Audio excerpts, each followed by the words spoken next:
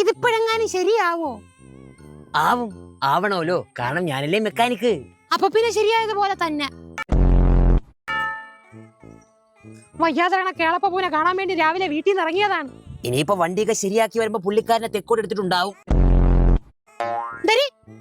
അല്ല, നമ്മുടെ വണ്ടി തെക്കോട്ടാണ് തിരിഞ്ഞു കിടക്കണ. ആണെങ്കിൽ അങ്ങനെ തന്നെ കിടക്കട്ടെ. ഓണാവാത്ത വണ്ടി നമുക്ക് തലേ ചുമന്ന് തിരിച്ചിടാനൊന്നും പറ്റൂലല്ലോ.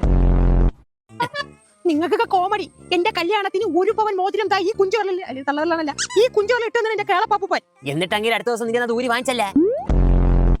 അതിന്റെ വിരൽ കിടന്നാലേ കളഞ്ഞു പോകുന്ന അപ്പൂപ്പൻ അറിയാമായിരുന്നു. അതുകൊണ്ടാണ് എന്റെ ഊരി മേടിച്ച.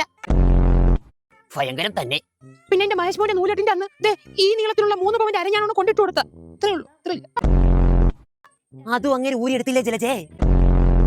അതപ്പൂപ്പൻ അറിയായിരുന്നു അവന്റെ അരയെ കെട്ടിയാലേ കളഞ്ഞു പോകുന്നു.